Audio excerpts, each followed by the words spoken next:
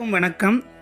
ஆண்டாள் நாச்சியார் அருளிச் செய்திருக்கக்கூடிய திருப்பாவை 12ஆம் நாள் பாசுரம்.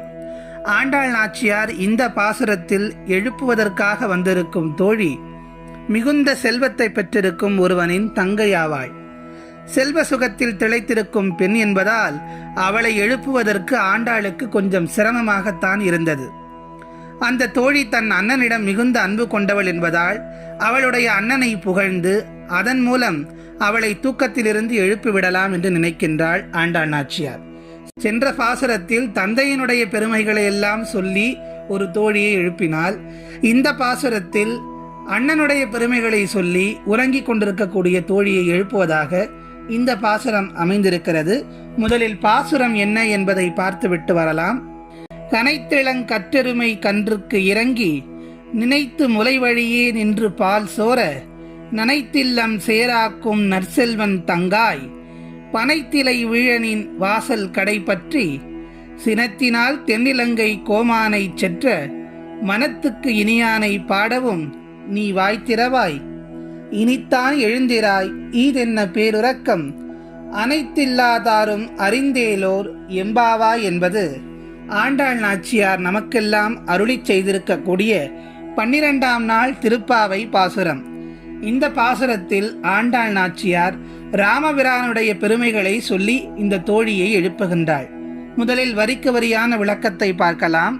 கனைத்திளங் கற்றெருமை கன்றுக்கு இறங்கி நினைத்து முலை வழியே நின்று பால் சோர நனைத்தில்லம் சேராக்கும் நற்செல்வன் தங்காய். இந்த பாசுரத்திலே ஆண்டாள் நாச்சியார் அந்த தோழியினுடைய அண்ணன் வைத்திருக்கக்கூடிய வளமையை பற்றி சொல்லுகின்றார். சின்னஞ்சிறிய கன்றுகளை உடைய எருமைகள் தன் மடிப்பிடித்து பால் கறக்க யாரும் இல்லாததால் கன்றுகளுக்கு ஊட்டுவதாக நினைத்து பாலை பொழிகிறதாம். அப்படி பெருகும் அந்த பால் வீடு முழுக்க பரவி பசும் சாணத்தால் மெழுகப்பட்டிருக்கக்கூடிய அந்த இல்லத்தை நனைத்து சேராக்கி விடுகிறதாம். அது போன்ற அளவுக்கு அளவற்ற கறவை செல்வங்களை பெற்றிருக்கும் கோபாலனின் சகோதரியே என்று சொல்லி அந்த தோழியை எழுப்புகின்றாள். அப்படி அண்ணனுடைய செல்வ செழுமையை பாடியும் அந்த தோழி எழுந்திருக்கவில்லை. அது மட்டுமல்லாது அவளுடைய அண்ணனுக்கு அளவுக்கற்ற கறவை செல்வம் எப்படி ஏற்பட்டது என்பதையும் ஆண்டாள் விளக்கப்படுத்துகிறாள். தோழியின் அண்ணன் நற்செல்வன் என்கிறாள். நற்செல்வன் என்றால் ஆண்டாளை பொறுத்தவரை யாருக்கெல்லாம் கிருஷ்ணரின் சம்பந்தம் இருக்கிறதோ அவர்கள் எல்லோரும் நற்செல்வர்கள்தான். அந்த வகையில் தன்னுடைய தோழியின் அண்ணன் கிருஷ்ணனுடைய அன்பையும் ஆதரவையும் பெற்ற நற்செல்வன் என்பதால் அவனுக்கு அத்தனை செல்வம் கிடைத்திருக்கிறது என்பதை இங்கே சூசகமாக நமக்கு சொல்லுகின்றார். அண்ணனின் செல்வச் செழுமையை புகழ்ந்து பாடி கூட அவள் எழுந்திருக்கவில்லை. உடனே ஆண்டாள் தங்களுடைய நிலையை விவரிக்கின்றாள். அடுத்த வரிகளில் பனித்தலை வீழனின் வாசல் கடை பற்றி என்று சொல்லுகிறார். என்னுடைய அன்பு தோழியே, எங்களுடைய தலையில் பனி பெய்து கொண்டிருக்கிறது. மார்கழி மாதம் ஆகிவிட்டது. தலையிலே பனி பெய்து கொண்டிருக்கிறது. அதனால் உடல் நடுங்கியபடி உன்னுடைய வாசல் தூண்களை பற்றி கொண்டு நிற்கிறோமே, எங்கள் மீது பரிதாபம் ஏற்படவில்லையா? இன்னும் இப்படி உறங்கிக் கொண்டிருக்கிறாயே என்று கேட்கின்றார். அப்படியும் அந்த தோழி எழுந்திருக்கவில்லை. பின்னர் ஆண்டாள் ஒரு உபாயத்தை கையாள்கிறாள். பகவான் கிருஷ்ணரின் முந்தைய அவதாரமாகிய ராமபிரானின் புகழை பாடுகிறாள் ஆண்டாள்.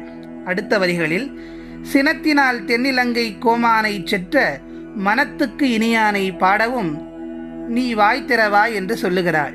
தோழி, நீ ராமகாதை கேட்டிருக்கிறாய் தானே? தசரத குமாரனாக அவதரித்த ராமபிரான் தென்னிலங்கை பகுதியை ஆண்டு வந்த அரக்கனான ராவணனையும் அவனுடைய படைகளையும் அழித்தது உனக்கு தெரியும் தானே? அப்படிப்பட்ட ராமனின் புகழை பாடிக்கொண்டுதான் நாங்கள் உன் வீட்டு வாசல் முன்பாக நின்று கொண்டிருக்கிறோம். சக்கரவர்த்தி குமாரனாம் ராமபிரானின் புகழை நாங்கள் பாடுவதை கேட்டும் நீ தூங்கிக் கொண்டு இருப்பதுடன் வாய் திறந்து ஒரு வார்த்தை பேசாமலும் இருக்கிறாயே.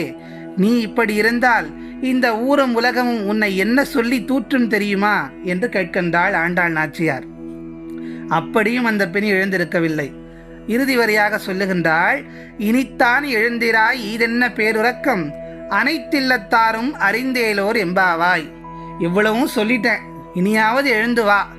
இது என்ன இப்படி ஒரு ஆழ்ந்த உறக்கத்திலே ஆழ்ந்திருக்கிறாயே? அந்த மாய உறக்கத்தை விட்டு எழுந்து வா. நம்மை சுற்றி உள்ள அனைத்து வீடுகளில் இருப்பவர்களும் அறியும் வகையில் நீ எழுந்து வந்து எங்களுடன் மார்கழி நீராடவா, நாம் கண்ணனையும் ராமபிரானையும் பணிந்து வணங்குவோம் என்று ஆண்டாள் நாச்சியார் தோழியரை எழுப்புவதாக நம்மை எல்லோரையும் இறைவன் திருப்பாதங்களை சரணடைவதற்கு எழுப்புகின்றாள்.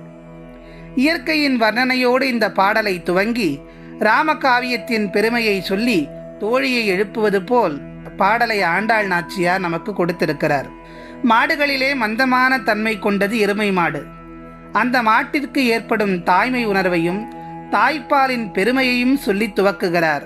அதோடு பனித்தலை மீது கொட்டுகிறது என்பதை சொல்லி எத்தனை துன்பங்கள் தடைகள் வந்தாலும் இறைவன் மீது கொண்ட பக்தி, அவனை வணங்க வேண்டும் என்ற மன உறுதியில் இருந்து பின்வாங்க கூடாது என்பதையும் ஆண்டாள் இங்கு உணர்த்தியுள்ளார். அதோடு மிகப்பெரிய சிவபக்தனான ராவணன் சிவனை மட்டும் நினைத்திருந்தால் அவனது புகழை உலகமே கொண்டாடியிருக்கும். ஆனால் பிறரின் மனைவியான சீதையை நினைத்ததால் அவன் அழிந்து போனான். அதனால் தெய்வ சிந்தனை மட்டும் மனதில் இருக்க வேண்டும், தீய எண்ணங்களுக்கு இடமளிக்க கூடாது என்பதை இந்த பாடலின் உட்கருத்தாக ஆண்டாள் நாச்சியார் சொல்ல வருகின்றார்.